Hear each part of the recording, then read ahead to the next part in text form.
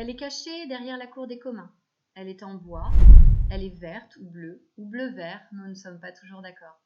Elle est construite dans un style qui peut rappeler certains éléments du baroque. Elle semble ancienne, vieille, voire très vieille.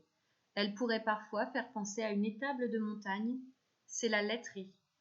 Mais devant ce bâtiment, c'est face à une énigme que nous sommes.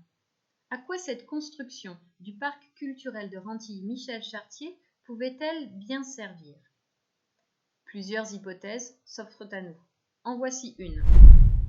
On pense que la laiterie faisait partie de ce que l'on appelle des folies, des fabriques.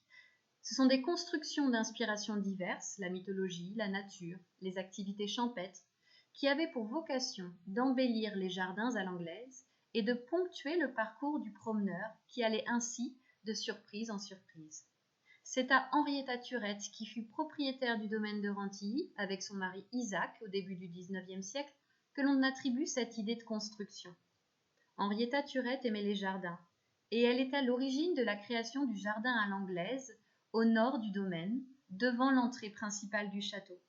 Le parc est redessiné pour donner l'impression de naturel et de hasard, et Henrietta y fait aménager des surprises, aujourd'hui pour la plupart disparues.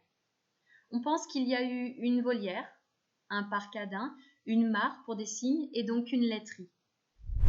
À nous, et à vous, d'imaginer des parties cache-cache, des après-midi au frais à lire de la poésie, des cachotteries entre filles, des pauses pour prendre le thé, ou pourquoi pas un élevage de vaches.